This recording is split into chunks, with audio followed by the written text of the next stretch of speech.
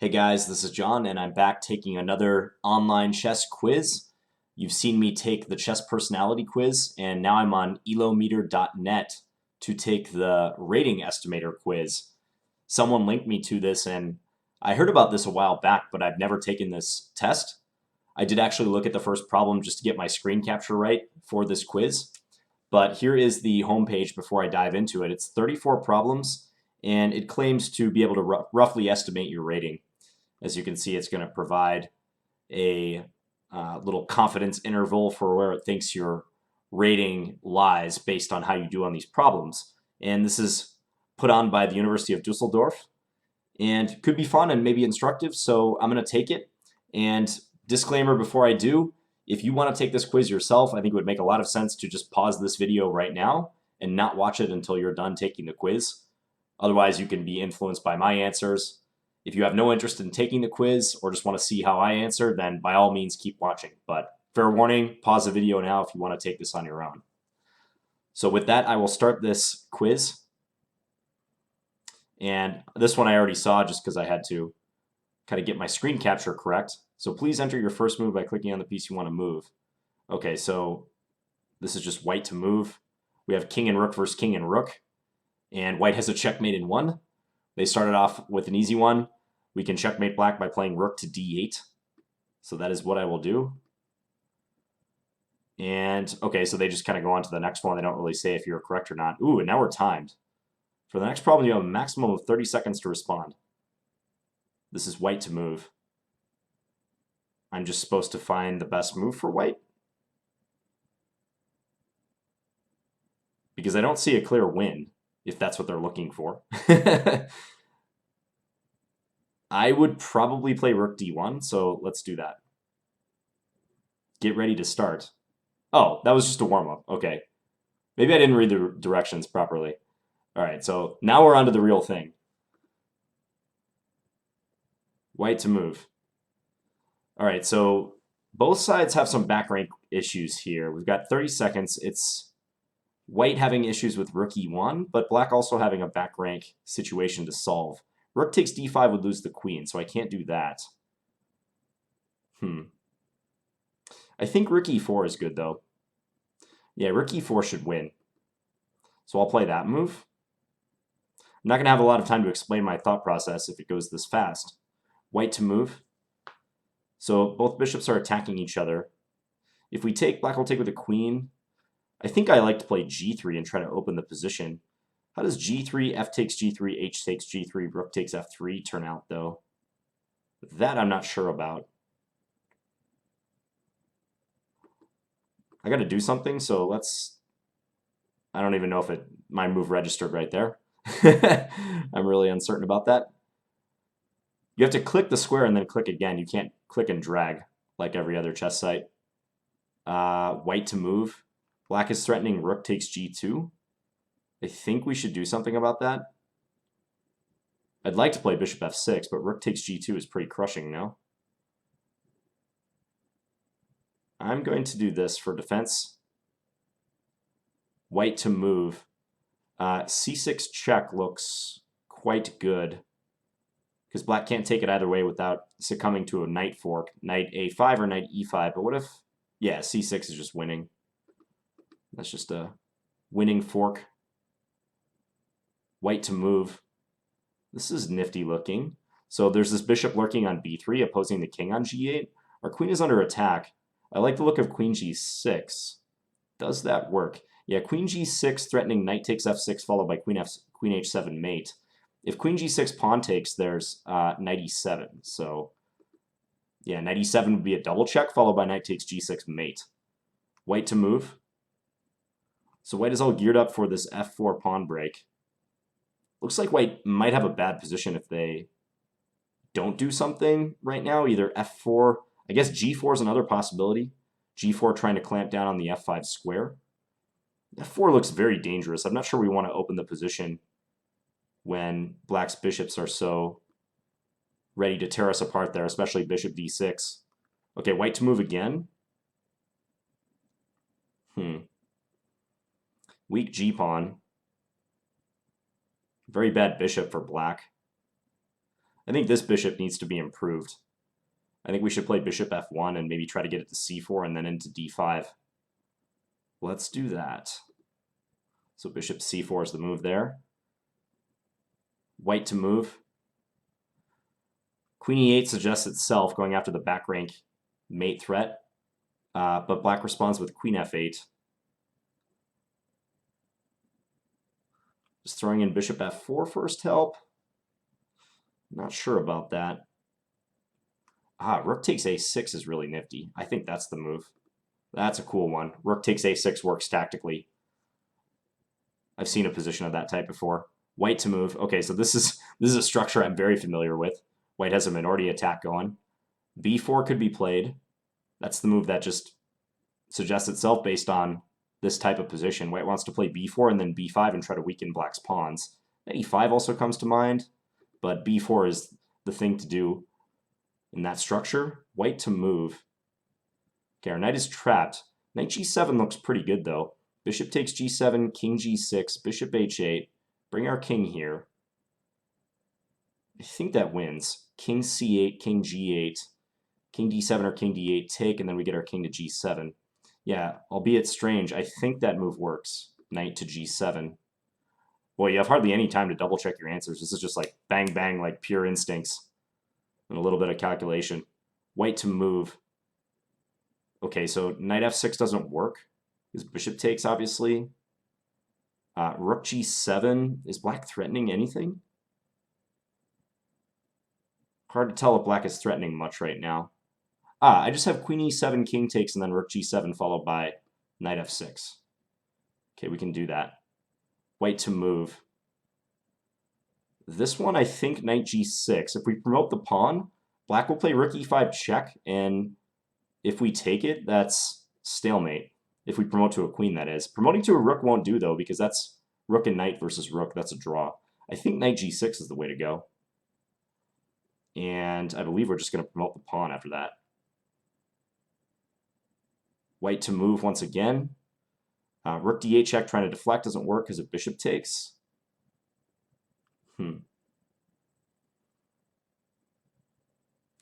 Queen takes b6 doesn't seem to work. Queen takes b7 looks simple, but I'm not sure about that. Rook takes e6 looks pretty cool. I'm going to go with that. I'm not sure. No, that was a bad move. I shouldn't have played rook takes e6. That was just bad. Never mind. White to move. What is going on here? White just has checkmate in 2. Rook h1. Looks to be the case. That's just made after bishop h4. White to move. Okay, this is pretty easy. c4. I'll just wait on this for a second just to explain it. But after c4, black can't take it because the b pawn would run. So in effect, c4 protects the b5 pawn. Otherwise, black's going to take it next move, and white can bring up their king to assist. So just pawn c4. Rook takes e5 looks crushing because of knight f7. We remove the defender of f7. This knight is the linchpin of black's defense. So taking it, just get rid of that, makes sense. White to move once again. I want to replace this rook with my queen. Rook g8 doesn't work because of rook takes g8, guarding the g7 square. Rook h7, however, does work because whichever way black takes, we get queen g7 in. So we get to play that move. Okay, white to move once again. This is a famous study, actually. Yeah, this is like the end of a very famous study. I've seen this position before. This is almost like cheating. I believe white wants to play king e5, attacking this bishop. And then the idea is to play king d4 and try to get in the square of that pawn. So king e5 is the move. Here, it looks like white should play b6, but I believe a6 is going to be the move. Because a6 followed by b6 on the next move, black takes the pawn and then a7. If you play b6 right away, black can take, and then regardless of whether you play a6 or take, black has king c6. So yeah, this move. White to move, just rook g8 checkmate. Yeah. Some of these positions are just way lopsided. If you don't have a checkmate on the move, you're just dead. White to move again. Bishop takes f7 check looks very strong. King takes, queen b3 check. Guess there's king g6 and king f8 to consider. Huh. Also, this queen is on the verge of being trapped. Bishop d2.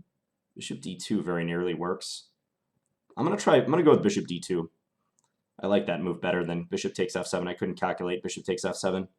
Okay, here we have an endgame where it doesn't look like white can win material, but white's got pressure on the knight. I think taking the knight followed by pawn takes, and white has a dominant bishop versus this terrible knight, that should be a technical win for white. So I'm just going to trade off to a clearly better, if not just winning endgame. White to move here. White's got two bishops pointed right at black's king. g7 is clearly very weak. This is another position that looks familiar. Rook takes g7 is just jumping out, just sacrificing, and after that it's going to be hard to see how black can defend. Rook takes g7, king takes g7, queen g4 check, the knight can't take. Yeah, I think that's the move. I'm running out of time, so I'm going to play it. White to move, just take the rook. And don't think twice about it. White to move again, take the queen. White to move. Don't take the queen this time because we get checkmated. Knight d3, attacking the queen. I want to go queen f8. I would love to prepare queen f8, but I'm not sure I can do that. Knight e4? Knight e4 looks even better, actually. I think knight e4 is the move. Yeah, let's do that. Interference between the queen and the rook, trying to get a back rank checkmate going, or win the queen. White to move. Doesn't look like there's a tactic here. Black's too solid for that. Bishop a3 makes sense, trying to stop black from castling short.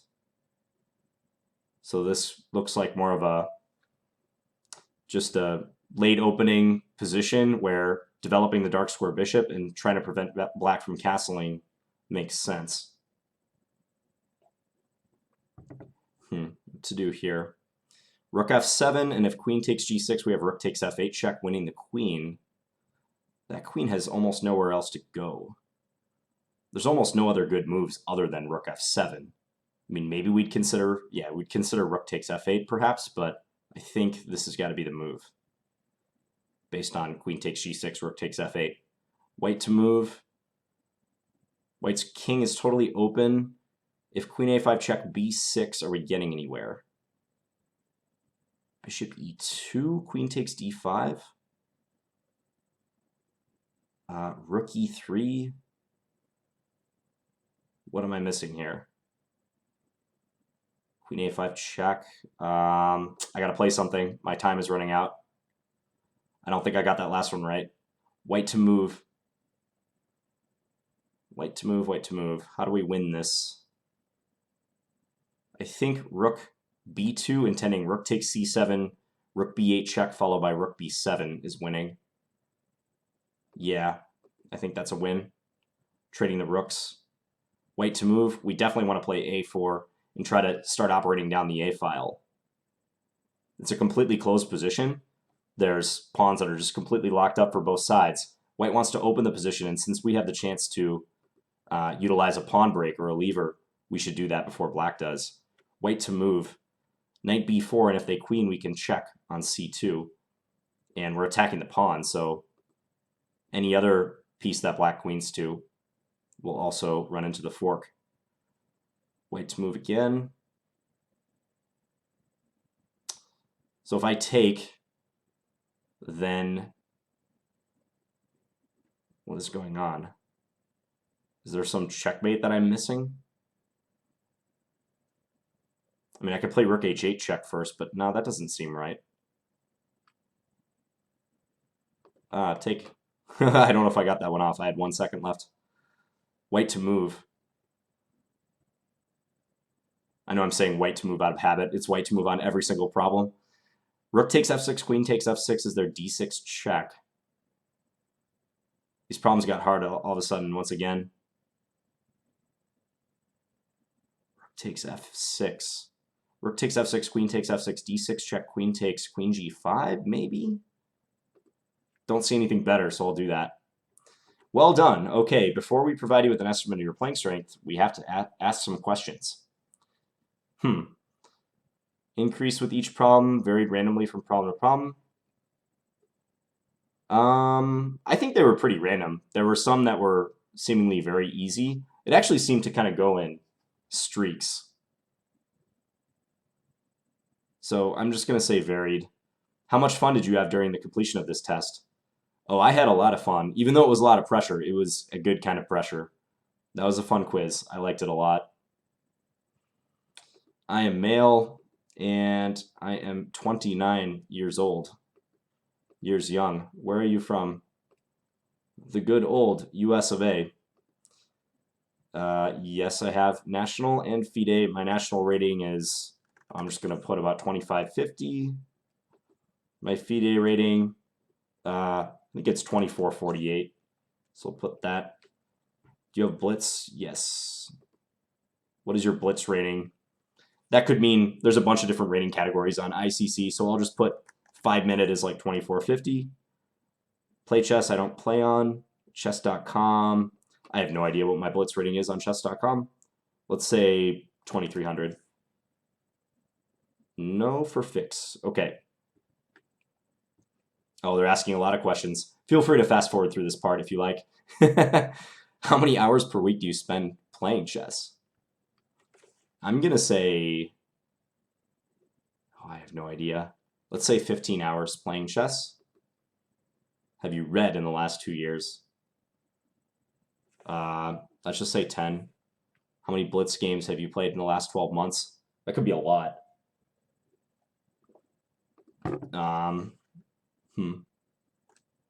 Let's say 500. I have no clue.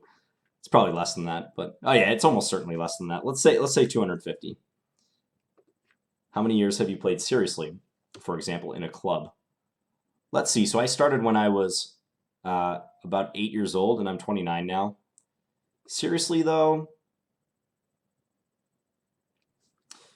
I think, let's see, when my first tournament was 1998. So let's just say it's like 17 or 18 years. How many tournaments did you play in, tournament games did you play in the last 2 years? Again, I'm estimating 50. Chess program or computer. I don't use my engine that much. So I'm just going to say 2. Your entire life, for how many hours approximately did you receive lessons by a chess trainer? I have had a couple coaches for brief periods of time. None recently in the past 10 years.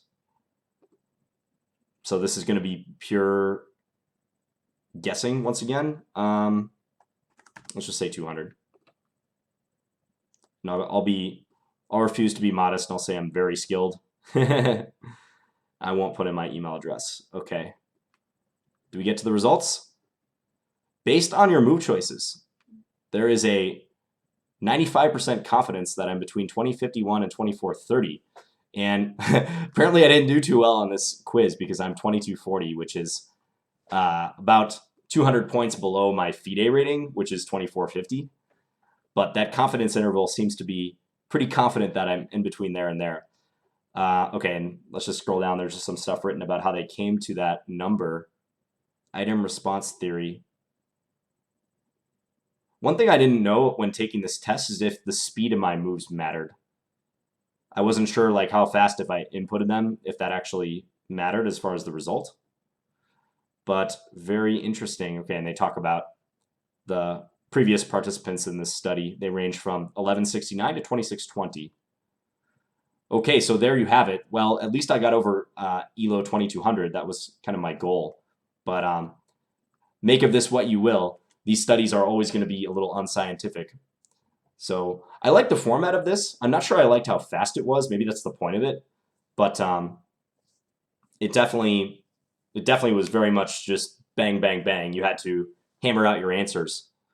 So hope you guys enjoyed taking this quiz if you did, and hope you liked my answers and following along with what I said. Like I said, if you're not sure about some of the stuff, go back and replay the video because I know I went through some of that pretty fast. So thank you guys for watching, and I'll talk to you later. Bye.